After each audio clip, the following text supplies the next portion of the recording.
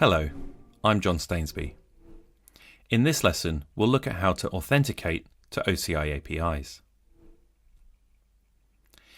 Data science resources, such as notebook sessions, jobs, and model deployments, allow you to execute custom code. As a part of your code, you may want to interact with other OCI services via the OCI REST APIs. For example, this would enable you to read and write data to object storage from a job, or create and run data flow applications from a notebook session. In order to interact with the OCI APIs, you'll need to operate as an authenticated user. Most commonly in data science, you'll interact with the OCI APIs via the ADS SDK, the OCI Python SDK, or the OCI Command Line Interface, or CLI.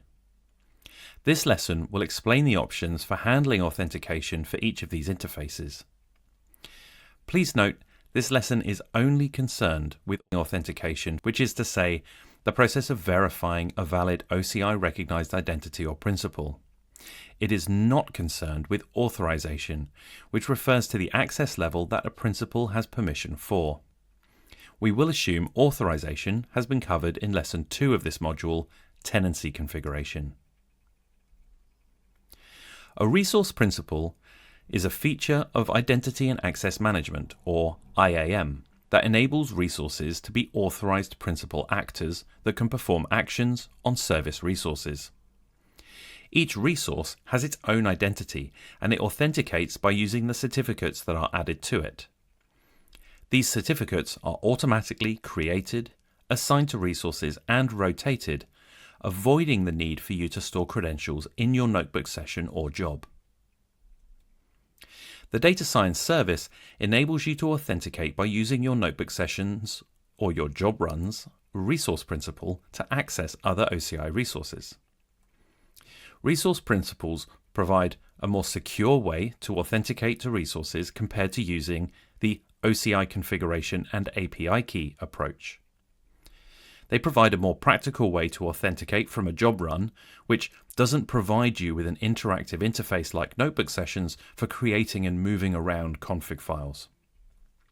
If you don't explicitly use the resource principals when invoking an SDK or CLI, then the configuration file and API key approach is used. The resource principal token is cached for 15 minutes. If you change the policy or the dynamic group, you'll have to wait for 15 minutes to see the effect of your changes while the cache expires. The code used to set resource principals as the authentication mechanism varies slightly depending on the interface you are using. You may want to pause the lesson here and take a note of these.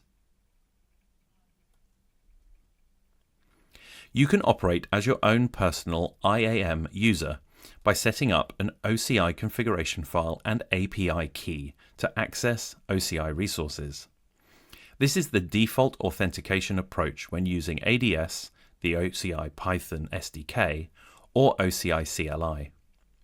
To authenticate using the alternative configuration file and API key approach, you must upload an OCI configuration file into the notebook sessions OCI directory.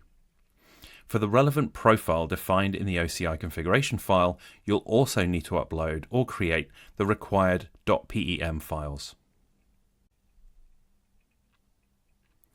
Instead of uploading existing OCI configuration and API key files, you can use the API_keys notebook to create them. To launch the API_keys notebook, click Notebook Examples on the Jupyter Lab Launcher tab.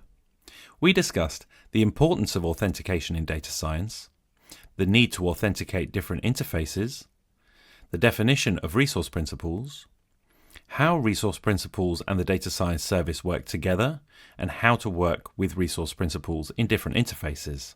We also looked at OCI configuration files. Thank you.